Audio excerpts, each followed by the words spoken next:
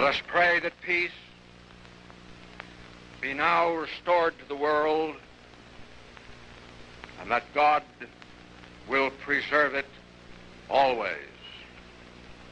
These proceedings are closed.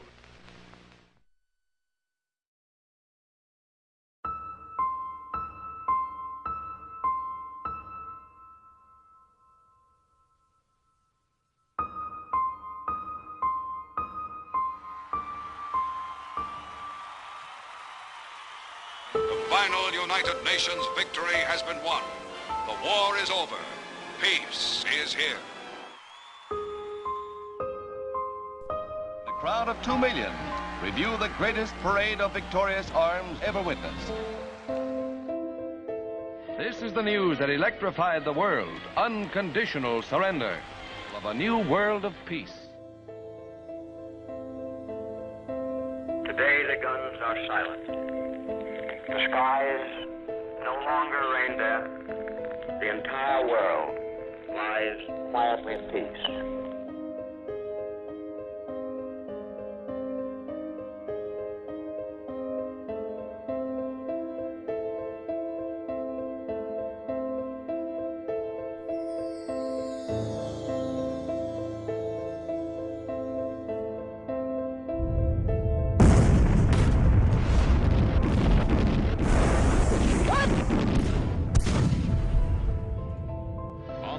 American infantrymen once again hit the road toward Korea's capital city of Seoul.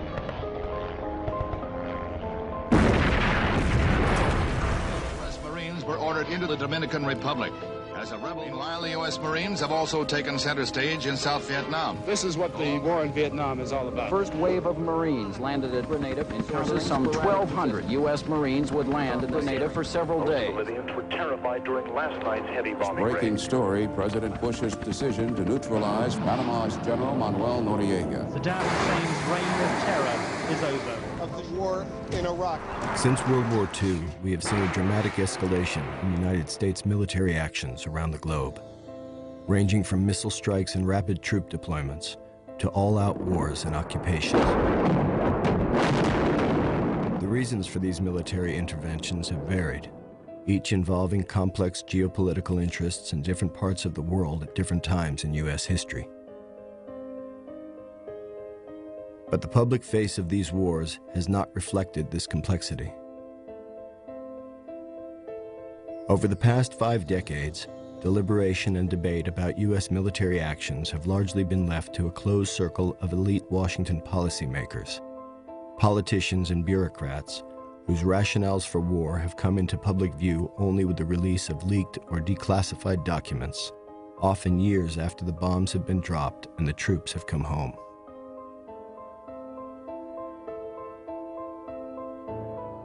In real time, officials have explained and justified these military operations to the American people by withholding crucial information about the actual reasons and potential costs of military action, again and again choosing to present an easier version of war's reality, a steady and remarkably consistent storyline designed not to inform, but to generate and maintain support and enthusiasm for war.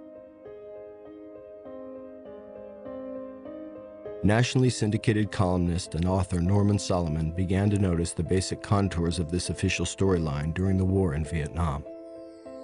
As a teenager, I read about the war in Vietnam as it escalated. I saw the footage on television. In combat, there are no niceties.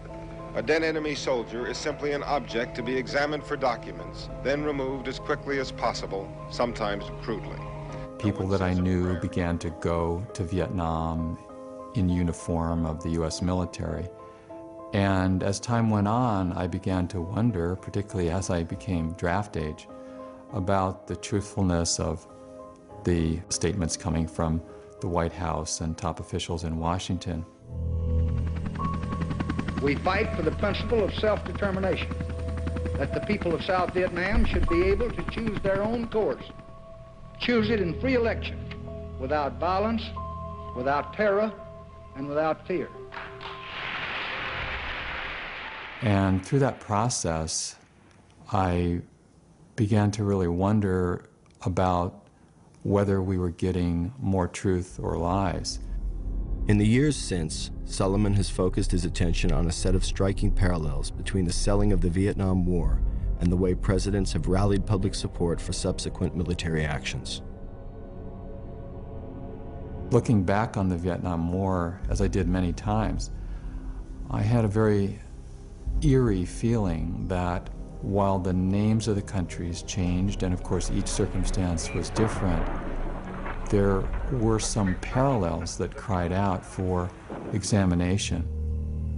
Rarely, if ever, does a war just kind of fall down from the sky. The foundation needs to be laid, and the case is built, often with deception.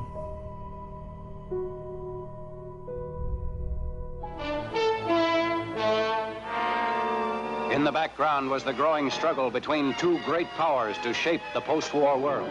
Already an iron curtain had dropped around Poland, Hungary, Yugoslavia, Bulgaria. It can't happen here?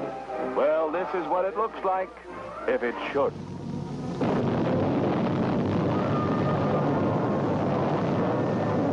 Chief of police is hustled off to jail. Public utilities are seized by fifth columnist editor who operates under a free press.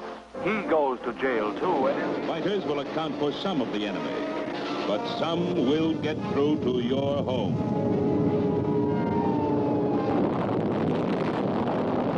The use of propaganda to arouse public support for war is not new.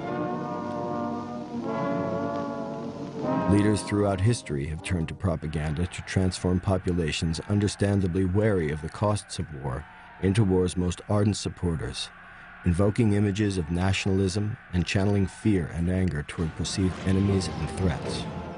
And in the United States since World War II, government attempts to win public support for military actions have followed a similar pattern. That we are living in an era marked by the growth of socialism, its basic godless philosophy. Lying, dirty, its goal of world conquest. shrewd, godless, Its insidious tactics. murderous, determined. And its cunning strategy.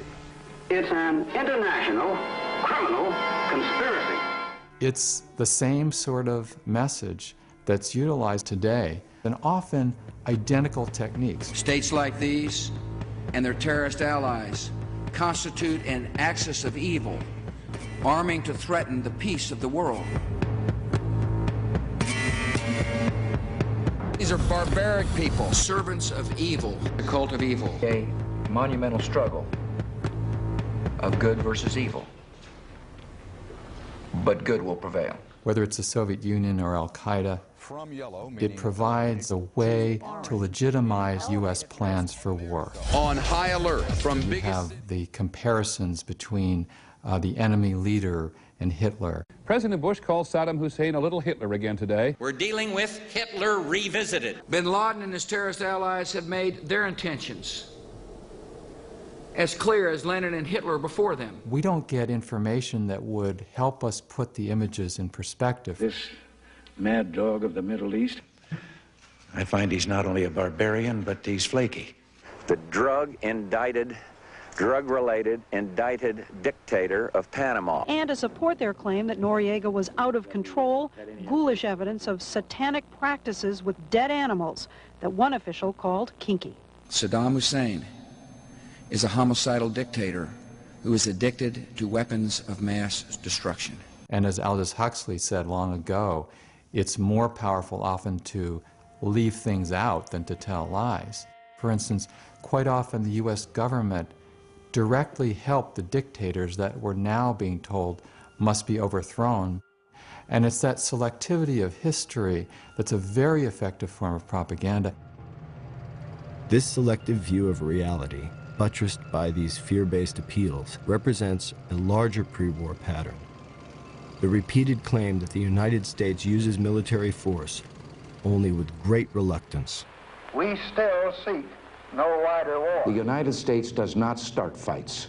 America does not seek conflict. I don't like to use military force. Our nation enters this conflict reluctantly. And only for the most virtuous of reasons. First and foremost, to spread freedom and democracy. We want nothing for ourselves, only that the people of South Vietnam be allowed to guide their own country in their own way. The rhetoric of democracy is part of the process of convincing people that even though unpleasant things must be done sometimes in its name, like bombing other countries, democracy is really what it's about. The United States has been engaged in an effort to stop the advance of communism in Central America by doing what we do best, by supporting democracy. And it's almost as though repeating it enough times makes it so. Our cause of liberty, our cause of freedom, our cause of compassion and understanding. People want democracy, peace, and the chance for a better life in dignity and freedom. We want to lift lives around the world, not take them. These are forms of propaganda that are insidious because they tug at our heartstrings. We must get the Kosovar refugees home safely. Minefields will have to be cleared. Homes destroyed by Serb forces will have to be rebuilt. Homeless people in need of food and medicine. Of course we want to help other people. These are propaganda messages that say, don't just think of yourself. America can't just be selfish. It makes bombing other people ultimately seem like an act of kindness, of altruism. Today, our armed forces joined our NATO allies in airstrikes against Serbian forces responsible for the brutality in Kosovo. We are upholding our values, protecting our interests, and advancing the cause of peace. Belgrade's largest heating plant up in flames. But even as planes of the multinational forces attack Iraq, I prefer to think of peace, not war. If my motives are pure, then the fact that I'm killing people may not be too upsetting. As a matter of fact, it may indicate that I'm killing people for very good reasons. America will stand with the allies of freedom to support democratic movements in the Middle East and beyond, with the ultimate goal of ending tyranny in our world. And so you have kind of the high ground president with the lofty motives being proclaimed. We're told that peace is being sought, alternatives to war are being explored, and that's kind of, the official story. And I am continuing and I am increasing the search for every possible path to peace. Whether we're talking about President Johnson or President Nixon or the president today, you have one chief executive after another in the White House saying how much they love peace and hate war. We maintain our strength in order to deter and defend against aggression, to preserve freedom and peace. No one, friend or foe, should doubt our desire for peace. The United States wants peace. We seek peace. We strive for peace. Every president of the last half century has gone out of his way to say that he wanted peace and wanted to avoid war. I pledged in my campaign for the presidency to end the war in a way that we could win the peace. Even while ordering military action. I still think we ought to take the rights off now. I think we let drown people, we have to drown about 200 people. Well, no, I'd rather use a nuclear bomb if you got that ready. And that, I think, would just be too much. The nuclear bomb, that would probably...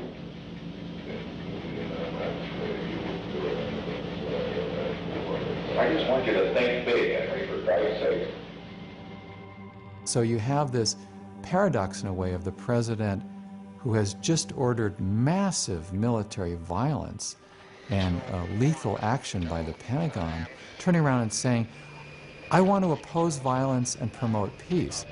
I respect your idealism. I share your concern for peace. I want peace as much as you do. Actually, war becomes perpetual when it's used as a rationale for peace.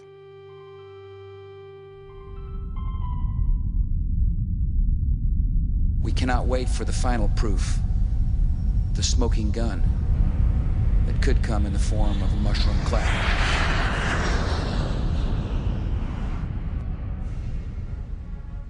As Americans, we like to think that we're not subjected to propaganda from our own government. Certainly that we're not subjected to propaganda that's trying to drag the country into war, as in the case of setting the stage for the invasion of Iraq. Saddam Hussein recently sought significant quantities of uranium from Africa. There is no doubt that Saddam Hussein now has weapons of mass destruction. Weapons of mass destruction. Botulinum, VX, sarin, nerve agent. Iraq and Al-Qaeda. Al-Qaeda. Iraq and Al-Qaeda. Terrorism. Cyber attacks. Nuclear program. Biological weapons. Cruise missiles, ballistic missiles. Chemical and biological weapons. Iraq has weapons of mass destruction. President Bush has said Iraq has weapons of mass destruction. Tony Blair has said Iraq has weapons of mass destruction. Donald Rumsfeld has said Iraq has weapons of mass destruction. Richard Butler has said they do. The United Nations has said they do. The experts have said they do. Iraq says they don't. You can choose who you want to believe. The war propaganda function in the United States is finely tuned, it's sophisticated, and most of all, it blends into the media terrain. The White House says it can prove that Saddam Hussein does have weapons of mass destruction, claiming it has solid evidence. The White House insisted again today it does have solid evidence that Saddam Hussein is hiding an arsenal of prohibited weapons. It's necessary to provide a drumbeat media echo effect. They might fight dirty, using weapons of mass destruction, chemical, biological, or radioactive. There are ties between Saddam Hussein and Al-Qaeda. Anthrax, smallpox. Dirty bomb. Dirty bomb. Iraq Al-Qaeda connections. Saddam Hussein and Al-Qaeda share the same goal. They want to see, both of them want to see Americans dead.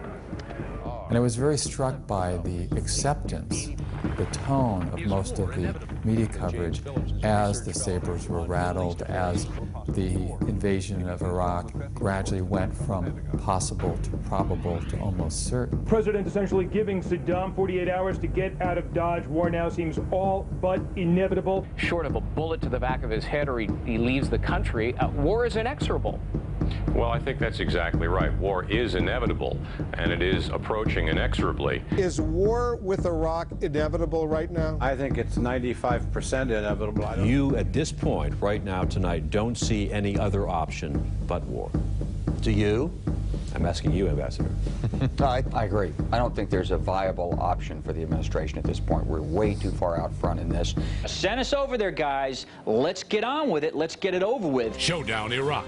If America goes to war, turn to MSNBC and the experts. And in many ways, the U.S. news media were equal partners with the officials in Washington and on Capitol Hill in setting the agenda for war. We'll take you there. And although it's called the liberal media, one has a great deal of difficulty finding an example of major media outlets in their reporting challenging the way in which the agenda setting for war is well underway. And when that reporting is so much a hostage of official sources, that's when you have a problem. U.S. officials tell CNN. Bush officials says that analysts say. Pentagon officials tell us. According to U.S. intelligence. Often we're encouraged to believe that officials are the ones who make news. U.S. officials say that U.S. officials here say means officials here at the White House tell us. They are the ones who should be consulted to understand the situation. I just pulled these two things out. I've laundered them so you can't really tell what I'm talking about because I don't want the Iraqis to know what I'm talking about. But trust me, trust me. If history's any guide, the opposite is the case. The officials blow smoke and cloud reality rather than clarify. We will, in fact, be greeted as liberators. The notion that it will take several 100,000 U.S. troops to provide stability in post-Saddam Iraq are wildly off the mark. So the money's going to come from Iraqi oil revenue, as everyone has said. They think it's going to be something like $2 billion this year. They think it might be something like 15, 12 next year. A country that can really finance its own reconstruction and relatively soon. National Security Advisors Ken Edelman and Richard Pearl, early advocates of the war, said the war would be a cakewalk. The sources that have deceived us so constantly don't deserve our trust. And to the extent that we give them our trust, we set ourselves up to be scammed again and again. There are reports that there is no evidence of a direct link between Baghdad and some of these terrorist organizations. There are known knowns. There are things we know we know. We also know there are known unknowns. That is to say, we know there are some things we do not know. But there are also unknown unknowns. The ones we don't know, we don't know. Excuse me, but is this an unknown unknown? I'm not. Several unknowns, and I'm just wondering if this is an unknown. I'm not going to say which it is. But Mr. Secretary, I'm right here. I'm right here. In the run-up to the war in Iraq, the failure of mainstream news organizations to raise legitimate questions about the government's rush to war was compounded by the network's deliberate decision to stress military perspectives before any fighting had even begun. we've got generals, and if you ask them about the prospects for war with Iraq, they think it is almost certain. CNN's use of retired generals as supposedly independent experts reinforced a decidedly military mindset, even as serious questions remained about the wisdom and necessity of going to war. Often journalists blame the government for the failure of the journalists themselves to do independent reporting. But nobody forced the major networks like CNN to do so much commentary from retired generals and admirals and all the rest of it. You had a top CNN official named Eason Jordan going on the air of his network and boasting that he had visited the Pentagon with a list of possible military commentators. And he asked officials at the Defense Department whether that was a good list of people to hire. Well, I think it's important to have experts explain the war and to describe the military hardware, describe the tactics, talk about the strategy behind the conflict. I went to the Pentagon myself several times before the war started, met with important people there and said, for instance, at CNN, here are the generals we're thinking of retaining to advise us on the air and off about the war, and we got a big thumbs up on all of them. That was important. It wasn't even something to hide ultimately. It was something to say to the American people on his own network, see, we're team players. We may be the news media, but we're on the same side and the same page as the Pentagon. And that really runs directly counter to the idea of an independent press. And that suggests that we have some deep patterns of media avoidance when the U.S. is involved in a war based on lies. My fellow Americans. In 1964, President Lyndon Johnson falsely claimed that an attack on U.S. gunships by North Vietnamese forces in the Gulf of Tonkin gave him no choice but to escalate the war in Vietnam. Renewed hostile actions against United States ships on the high seas in the Gulf of Tonkin have today required me to order the military forces of the United States to take action in reply. Routinely, the official story is a lie, or a deception, or a partial bit of information that leaves out key facts. In international waters in the Gulf of Tonkin, destroyers of the United States Navy are assigned routine patrols from time to time. Sunday, August the 2nd, 1964, the destroyer Maddox was on such a patrol. Shortly after noon, the calm of the day is broken as general quarters sound.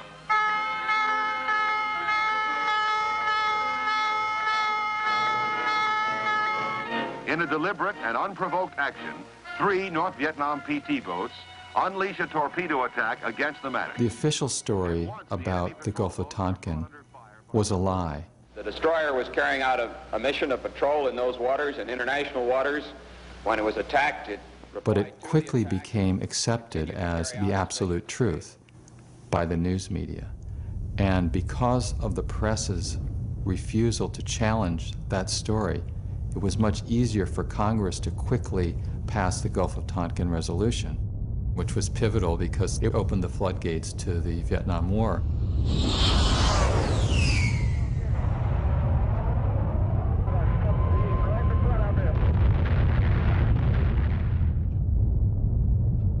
Well, I think it's a very clear demonstration of the unity of the country behind the policies that are being followed by the president in South Vietnam, and more specifically of the action that was taken in response to the attack upon our destroyers. At that point, the facts were secondary. In the case of the Washington Post reporting, I asked more than 3 decades later whether there had ever been a Post retraction of its reporting on the Gulf of Tonkin events. And I called the newspaper and eventually reached the man who had been the chief diplomatic correspondent for the paper at the time, Murray Martyr, and I said, Mr. Martyr, has there ever been a retraction by the Washington Post of its fallacious reporting on the Gulf of Tonkin? And he said, I can assure you it never happened. There was never any retraction. And I asked why. And he said, well, if the news media were going to retract its reporting on the Gulf of Tonkin, it would have to retract its reporting on virtually the entire Vietnam War. Fast forward a few decades, you have President George W. Bush saying that to an absolute certainty there were weapons of mass destruction in Iraq, and that intelligence sources told him that clearly, which was not at all the case. Secretary of State Powell will present information and intelligence about Iraq's illegal weapons programs, its attempts to hide those weapons from inspectors, and its links to terrorist groups. The failure of American news media to check government distortion reached new heights when, on the eve of war, the highly respected Secretary of State Colin Powell appeared before the United Nations to make the case that there were weapons of mass destruction in Iraq. Saddam Hussein's intentions have never changed. He is not developing the missiles for self-defense. These are missiles that Iraq wants in order to project power, to threaten, and to deliver chemical, biological, and, if we let him, nuclear warheads. Today, Secretary of State Powell brought the United Nations Security Council the administration's best evidence so far. After Colin Powell's speech to the UN, immediately the U.S. press applauded with great enthusiasm. Did Colin Powell close the deal today, in your mind, for anyone who has yet objectively to make up their mind?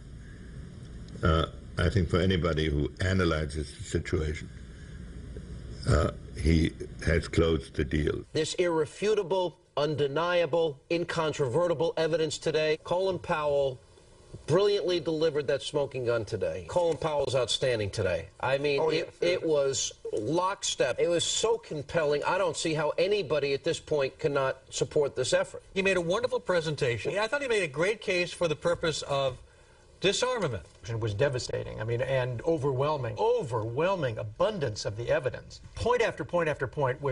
He just flooded the terrain with data. It's the end of the argument phase. America has made its case. The Powell speech has moved the ball. I think case is closed. But at the time, it was quite possible to analyze and debunk what he was saying. Whereas the British press and other international news sources immediately raised legitimate questions about the accuracy of Powell's presentation, the major U.S. news media were virtually silent about the factual basis of his claims, and near unanimous in their praise. Even the purportedly anti-war New York Times editorialized the next day that Colin Powell had made a sober case, a factual case. One of the great myths and part of the war propaganda cycle is way after the fact to claim that it couldn't have been known at the time that U.S. officials were lying us into war. And in point of fact, it was known at the time and said by many people who were not allowed on the networks, by and large. One such critical voice belonged to MSNBC's Phil Donahue, one of the few mainstream media commentators who consistently challenged the official storyline coming out of Washington. And we're all now, everybody's righteous. What a terrible Hitler this is. We were mute when he was doing that. He was our SOB. Absolutely. And now we're sending our sons and daughters to war to fix that mistake. Doesn't seem fair to me.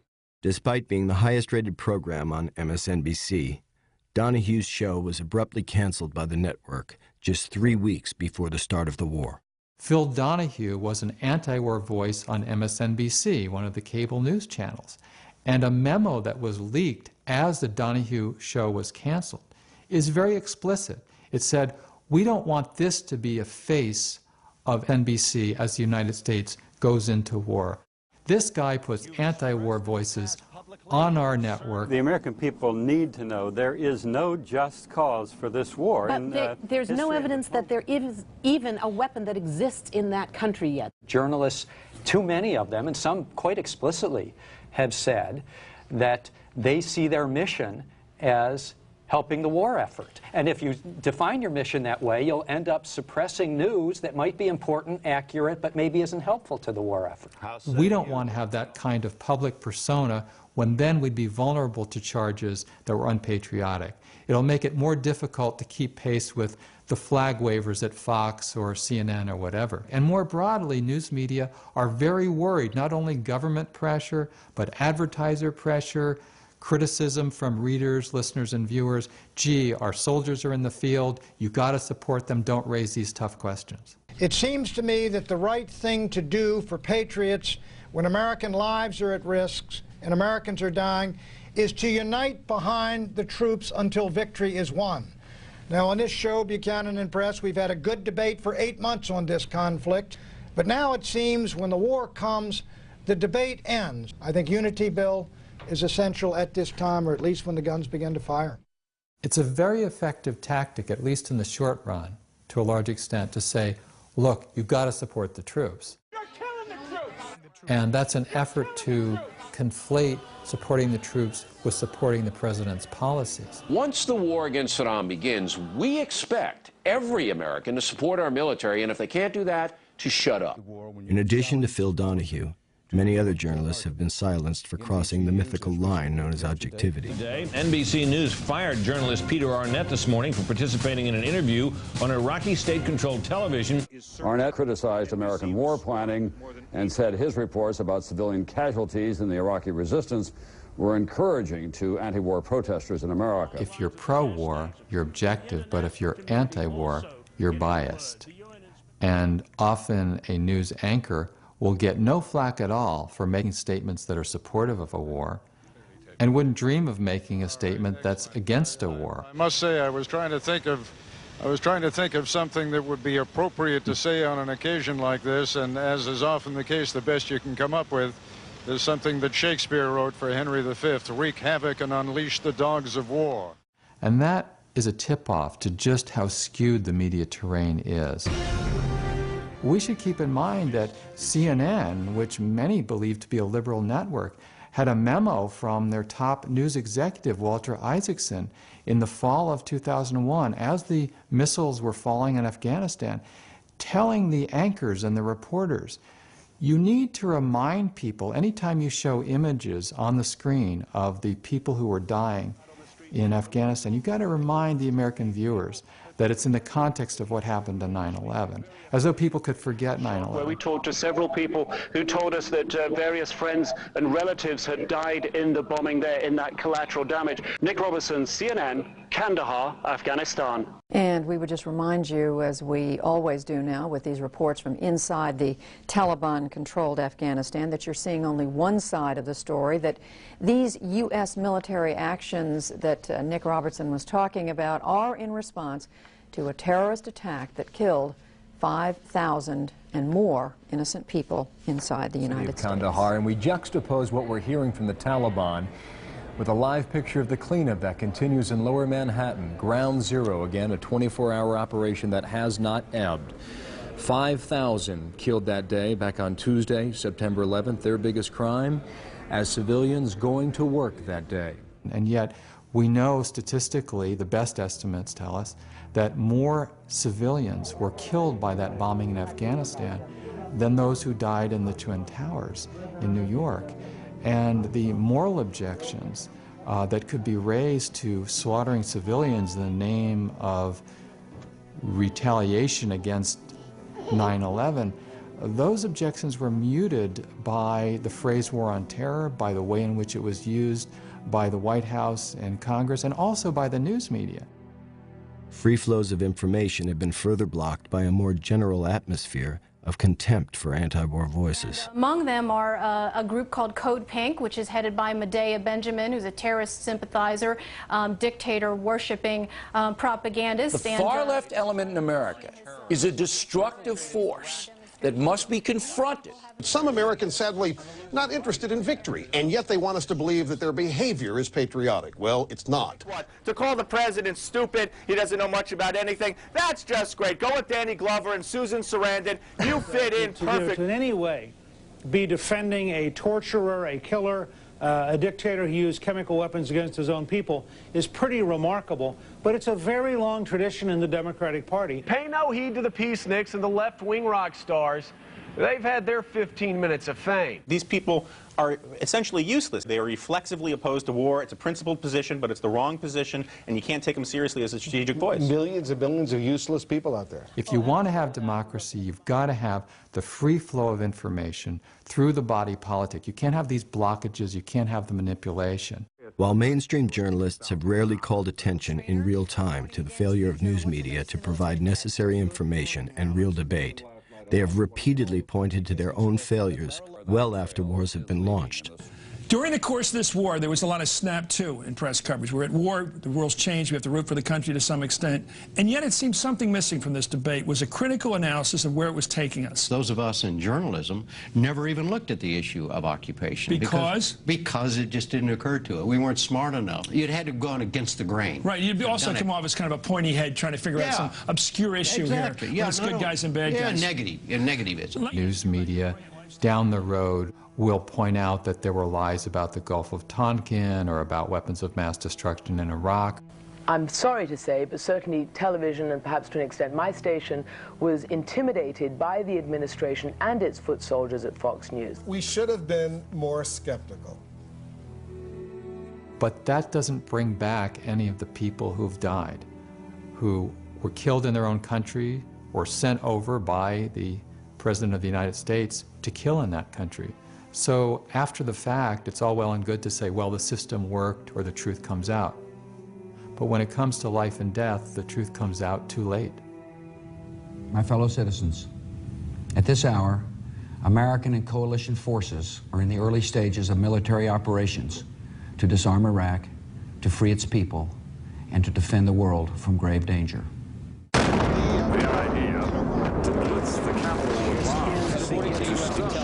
There is, quote, complete confusion. This will be a campaign unlike any other in the senior Iraqi military leadership. Bang, bang, bang, bang, bang. All in the same. Once public support is in place and war is finally underway, the news media necessarily turn from covering the rationales for war to covering war itself. When the president decides he wants the U.S. to go to war, then the war becomes the product.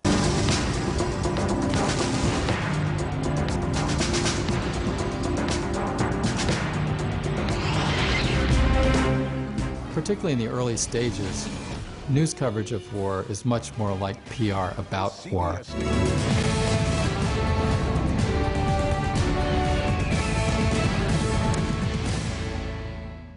Influencing the nature of this war coverage has been a priority of one administration after another since Vietnam, when conventional wisdom held that it was negative media coverage that turned the American people against the war and forced U.S. withdrawal.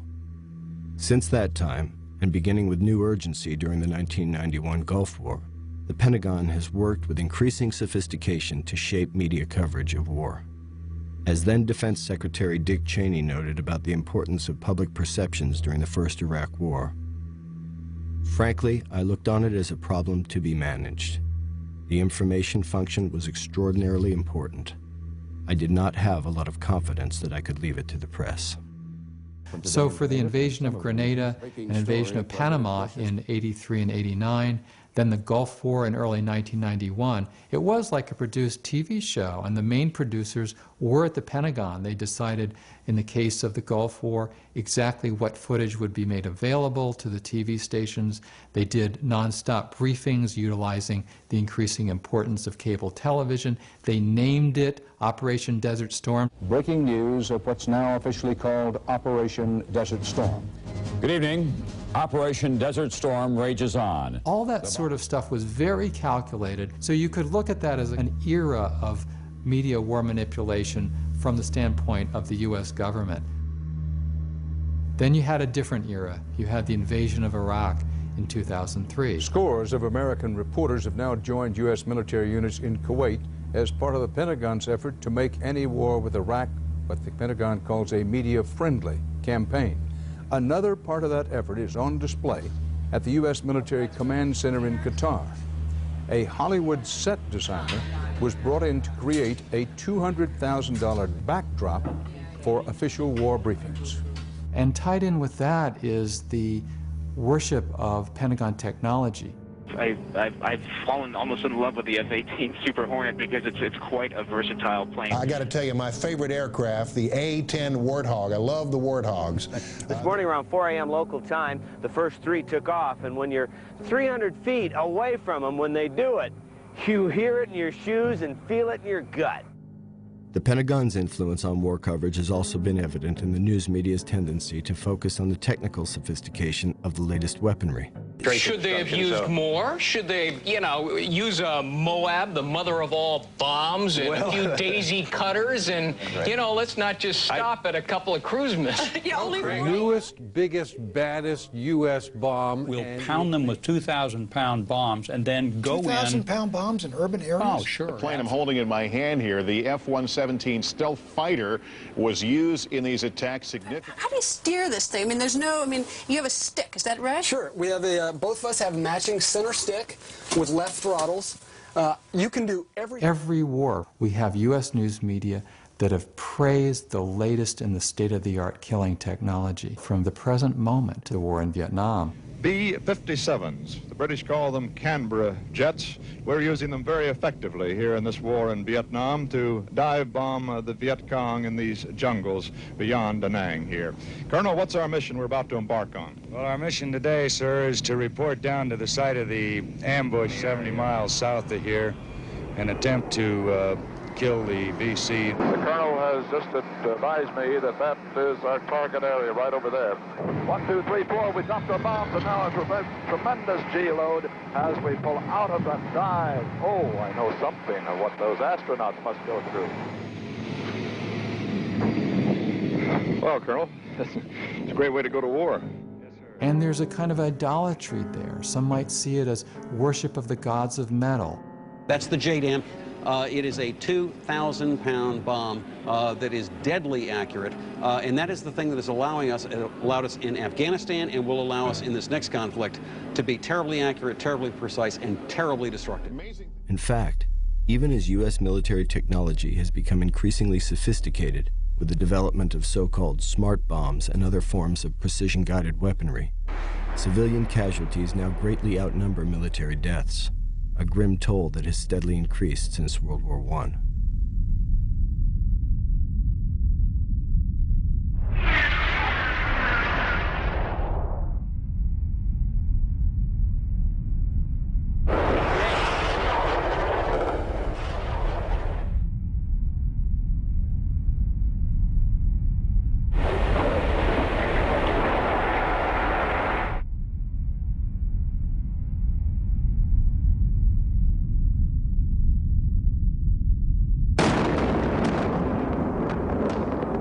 This is the beginning of the shock and awe campaign. According to one official, this is going to be the entire 9 yards. It was a breathtaking display of firepower.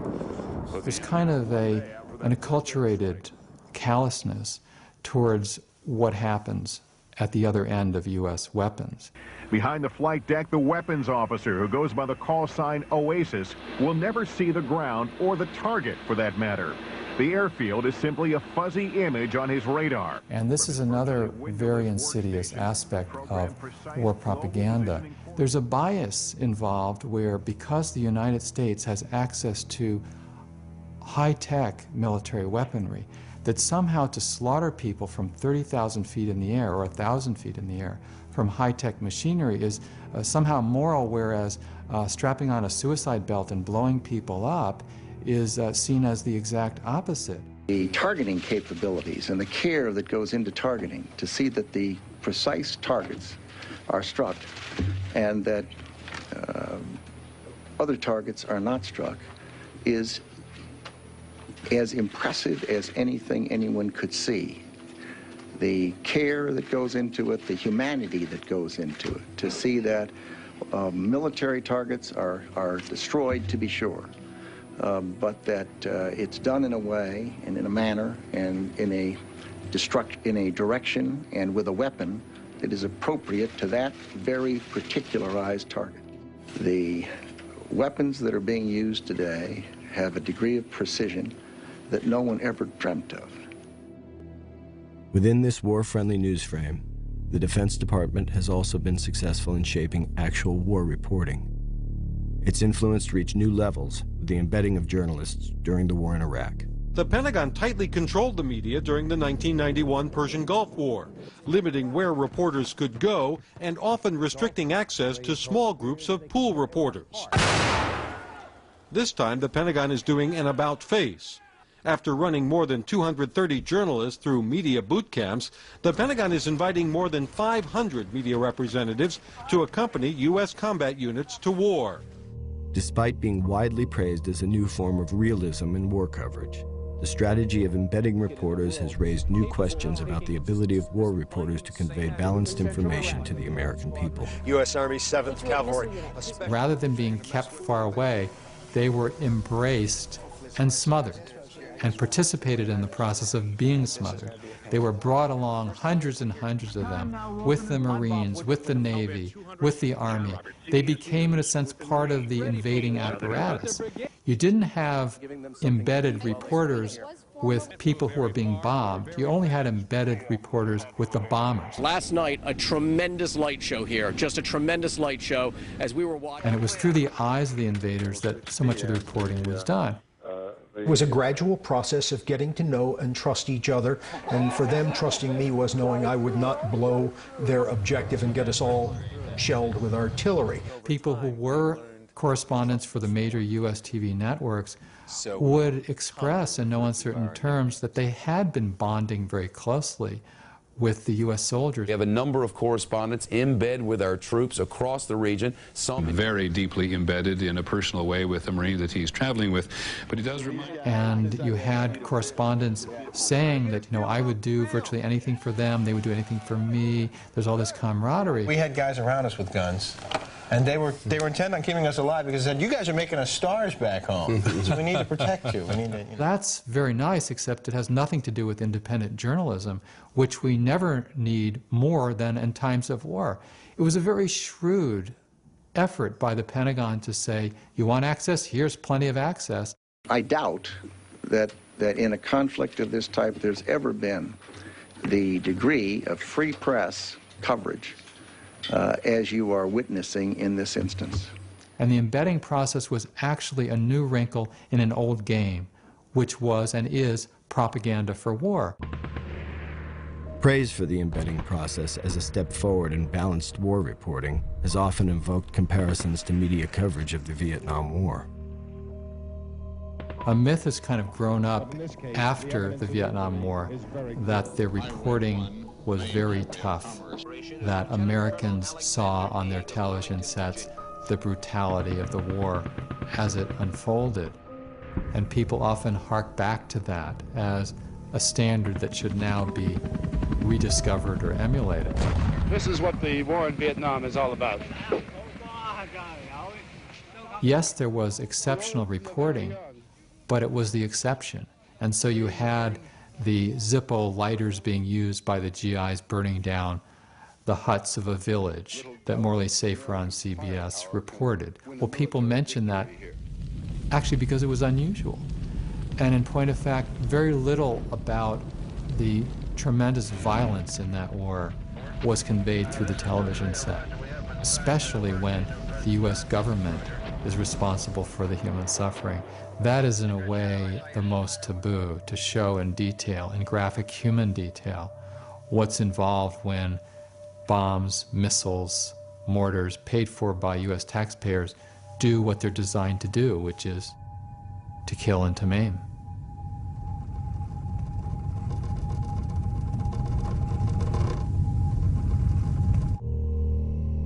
I know that this is a great concern. I think it's part of the Vietnam syndrome. The Vietnam syndrome that President Reagan mentioned was a reference to America's attempt to forget its most unpopular war. This will not be another Vietnam. Our troops will have the best possible support in the entire world, and they will not be asked to fight with one hand tied behind their back. Like President Reagan before him, President George H.W. Bush explicitly set out during the first Gulf War to rid the national psyche of the so-called Vietnam syndrome. the common belief after the bloody and protracted conflict in Vietnam that the American public no longer had the stomach for war unless guaranteed swift, easy, and decisive victory. Precision weapons and the strategic use of air power helped make the Gulf War an enormous operational victory for the Pentagon, helping it move past the legacy of Vietnam.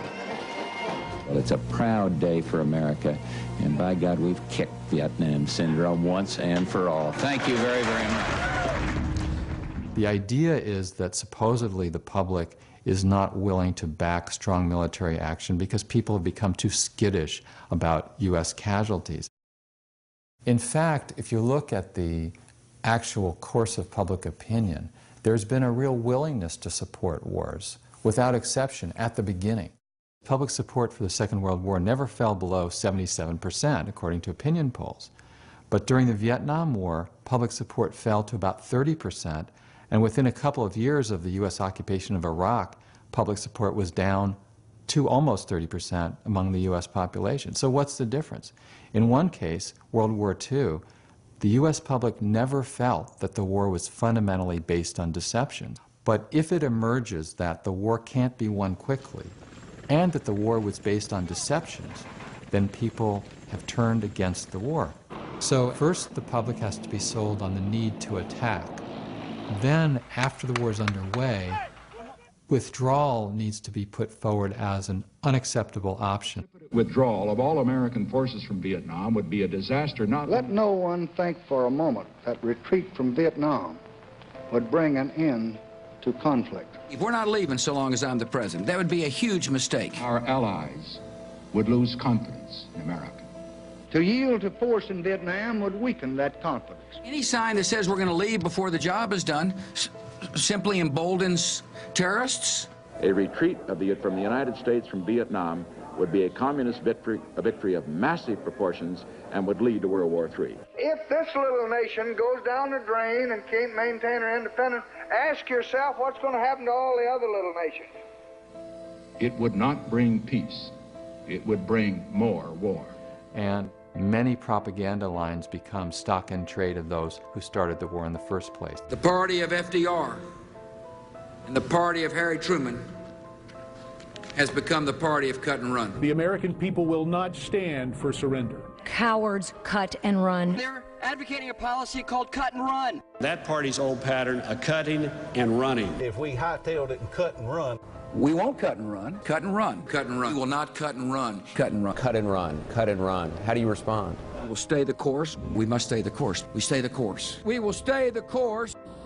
And we're not going to cut and run if I'm in the Oval Office. All a president has to do is start a war, and these arguments kick in that you can't stop it. So it's a real incentive for a president to lie, to deceive, to manipulate sufficiently to get the war started.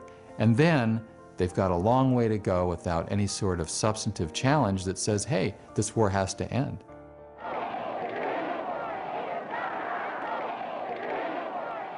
Then, appealing for public support for his peace policy, Mr. Nixon said the enemy cannot defeat or humiliate the United States. Only Americans, he said, can do that. The peacemakers are out there on the field. The soldier and the statesman need and welcome the sincere and the responsible assistance of concerned Americans. But they need reason much more than they need emotion. They must have a practical solution and not a concoction of wishful thinking and false hopes, however well-intentioned and well-meaning they may be. It must be a solution that does not call for surrender or for cutting and running now. Those fantasies hold the nightmare of World War III and a much larger war tomorrow. During the Vietnam War, public opinion polls were showing, after a few years, into the early 1970s, that a majority of Americans felt the war was wrong, even immoral, and yet the war continued because the momentum was there. Vice President Agnew's target for tonight, as he put it, was the professional pessimist. Most of those, the Vice President explained at a rally for California Republicans, are Democrats. And it was all the kind of rhetoric Republican crowds have been enjoying on this tour. In the United States today, we have more than our share of the nattering nabobs of negativism. The same has been the case in terms of the occupation of Iraq. The President and I cannot prevent certain politicians from losing their memory or their backbone, but we're not going to sit by and let them rewrite history. And that's an insidious process, because often those who oppose a war are simply discounted. Congressman John Murtha, the first Vietnam vet to serve in Congress, a man awarded a Bronze Star and 2 Purple Hearts, choking back tears as he talked about his change of heart. It's time to bring them home. They've done everything they can do. The military's done everything it can do. This war has been so mishandled from the very start. Not only was the intelligence bad, the way they disbanded the troops, there's all kinds of mistakes have been made. They don't deserve to continue to suffer. They're the targets. As an original supporter of the war and somebody known as a hawk, pro-military inside the Congress, John Murtha, despite his credentials, he was not taken terribly seriously. This guy is long past the day when he had anything but the foggiest awareness of what the heck is going on in the world. And that soundbite is naivete writ large. And the man is an absolute fountain of such talk. His recommendations to pull out U.S. troops discounted by pundits. Pennsylvania Congressman John Murtha once again sounding like the Grim Reaper when it comes to the war on terror. Murtha's running a psyop against his own people and against his own military.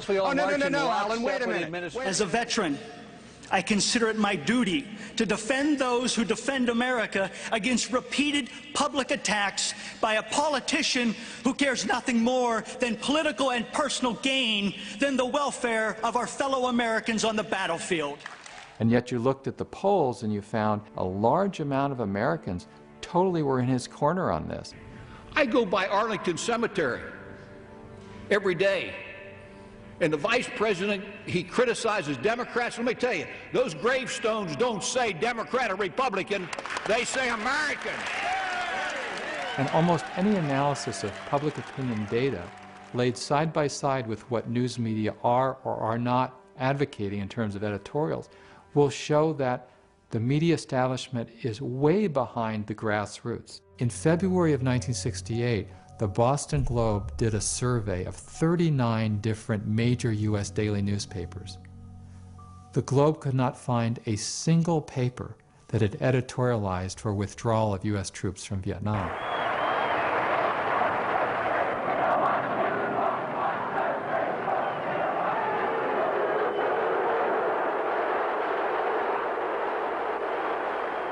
And even when calls for withdrawal have eventually become too loud to ignore, officials have put forward strategies for ending war that have had the effect of prolonging it. In some cases, as with the Nixon administration's strategy of Vietnamization, actually escalating war in the name of ending it.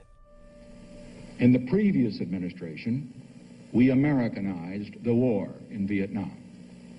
In this administration, we are Vietnamizing the search for peace. It's the idea that, okay, the war has become unpopular in the United States, so let's pull out some U.S. troops and have the military burden fall on the allies inside that country. White House officials say it is obvious the South Vietnamese are going to have to hack it on their own. The model is to use air power while pulling out U.S. troops and training Vietnamese to kill other Vietnamese people. And several decades later, in effect, that is a goal of George W. Bush's administration. Our strategy can be summed up this way. As the Iraqis stand up, we will stand down. The rhetoric about shifting the burden of fighting the insurgency onto the shoulders of Iraqi people themselves is very enticing for a president, because it's a way of saying to people in the United States, hey, we're going to be out of there. It's just a matter of time. There isn't a person at this table who agrees with you that we're in a quagmire and that there's no end in sight. The media and political focus on the word quagmire is a good example of how an issue can be framed very narrowly. The criticism would be that you're in a situation from which there's no good way to extricate yourself. And then the word clearly would not be a good one. Talking about a quagmire seems to be a positive way of fomenting debate, because then we can argue about whether the war is actually working out well. We are now in a seemingly intractable quagmire. That terrible word quagmire, this can be, or seems to be, a kind of quagmire. Quagmire is really a false sort of a critique, because it says, really the problem here is what the war is doing to the United States. Are we able to win? Are we winning in Iraq? Do you want the United States to win in Iraq? I can't tell who's winning and who's losing. Do you believe that we are currently winning in Iraq? We are not winning, but we are not losing. We are losing. We're winning it. You're winning this war? I couldn't tell you. And a big problem with media focus is that it sees the war through the eyes of the Americans, through the eyes of the occupiers, rather than those who are bearing the brunt of the war in human terms.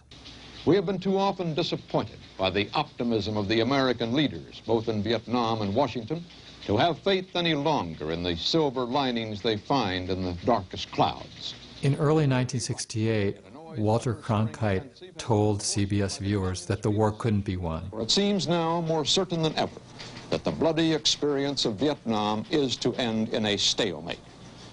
And that was instantly, and through time even more so, heralded as the tide has turned, as Lyndon Johnson is reputed to have said when he saw Cronkite give that report, "I've lost Middle America."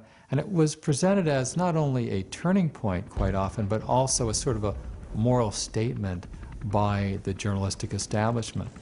Well, I would say yes and no. It was an acknowledgement that the United States, contrary to official Washington claims, was not winning the war in Vietnam and could not win. But it was not a statement that the war was wrong. A problem there is that if the critique says this war is bad because it's not winnable, then the response is, oh yeah, we'll show you it can be winnable, or the next war will be winnable.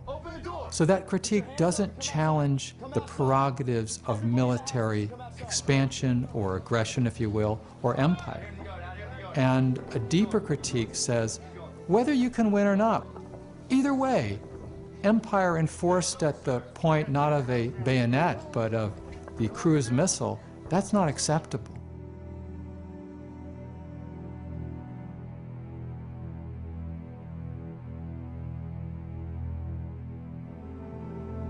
Over the last 5 decades, we have witnessed a wave of U.S. military interventions, a series of bombings, invasions, and long-term occupations. Undertaken, we have been told by one president after another, with the most noble of intentions, and paid for with the lives of young Americans and countless others around the world. What has occurred with one war after another is still with us. These dynamics are in play in terms of the U.S. occupation of Iraq, looking at other countries such as Iran, and the future will be replicated to the extent that we fail to understand what has been done with these wars in the past. The news media have generally bought into and promoted the notion that it's up to the president to make foreign policy decisions. This smart guy in the Oval Office has access to all the information. He knows more than we do. He's the commander-in-chief. The American people have no major role to play, and nor should they, because after all, they don't have the knowledge or capability to be responsive to the real situation. That was certainly true during the Vietnam War, as it was to be later, time after time. There were people in Congress who raised these issues, and they simply were marginalized by the news media, even though in retrospect, maybe especially because in retrospect, they had it right, and the conventional wisdom and the president were wrong. However difficult this vote may be, some of us must urge the use of restraint.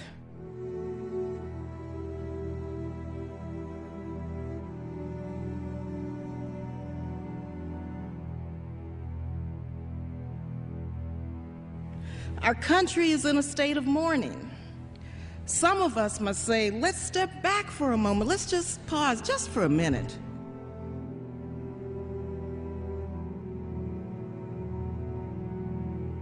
And think through the implications of our actions today so that this does not spiral out of control.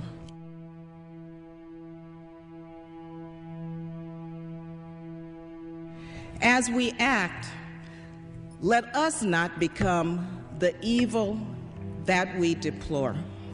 Thank you, and I yield the balance of my time. Gentlewoman's time has expired. And this is a very common motif of history in the last several decades, where people who at the time were portrayed as loners, as mavericks, as outside of the mainstream of wisdom, turned out to understand the historical moment. We got to back our president. Since when? Do we have to back our president, or should we, when the president is proposing an unconstitutional act?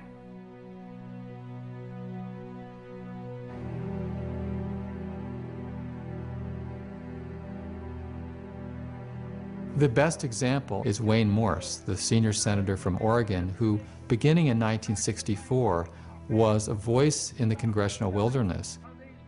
Senator Morse was unusual in that he challenged the very prerogative of the U.S. government to go to war against Vietnam. He said, it's up to the American people to formulate foreign policy. Senator, the Constitution gives to the President of the United States the sole responsibility for the conduct of foreign policy. Couldn't be more wrong. You couldn't make a more unsound legal statement than the one you have just made. This is the promulgation of an old fallacy that foreign policy belongs to the President of the United States. To whom does it belong, then, Senator? Belongs to the American people. All right, and our constitutional fathers made it very clear. Where does the President fit into this in the responsibility scale? What I'm saying is, under our Constitution, all the President is the administrator of the people's foreign policy. Those are his prerogatives. And I'm pleading that the American people be given the facts about foreign Senator, policy. That the American people cannot formulate and execute foreign policy. Why, you're a man of little faith in democracy if you make that kind of announcement. I have complete faith in the ability of the American people to follow the facts if you'll give them. It isn't and my a lack charge of against faith, my Senator. government is we're not giving the American people the facts. And that's the kind of faith in democracy that's not in fashion among the Washington press corps or the power elite in the nation's capital. But it's a good reading of the Constitution, and it's a good definition of democracy. Independent journalist I.F. Stone said that all governments lie, and nothing they say should be believed. Now, Stone wasn't conflating all governments, and he wasn't saying that governments lie all the time, but he was saying that we should never trust that something said by a government is automatically true. Especially our own, because we have a responsibility to go beneath the surface, because the human costs of war, the consequences of militaristic policies, what Dr. King called the madness of militarism, they can't stand the light of day if most people understand the deceptions that lead to the slaughter and the human consequences of the carnage. If we get that into clear focus, we can change the course of events of this country, but it's not going to be easy, and it will require dedication to searching for truth.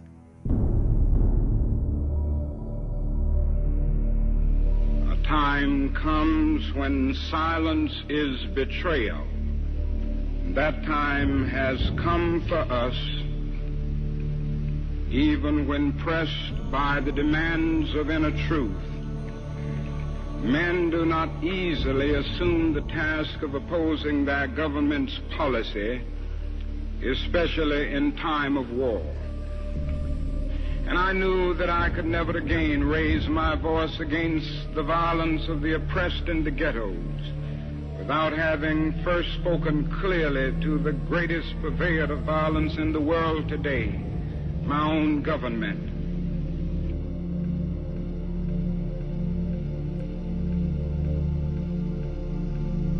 What do they think as we test out our latest weapons on them, just as the Germans tested out new medicine and new tortures in the concentration camps of Europe? Now that is little left to build on save bitterness.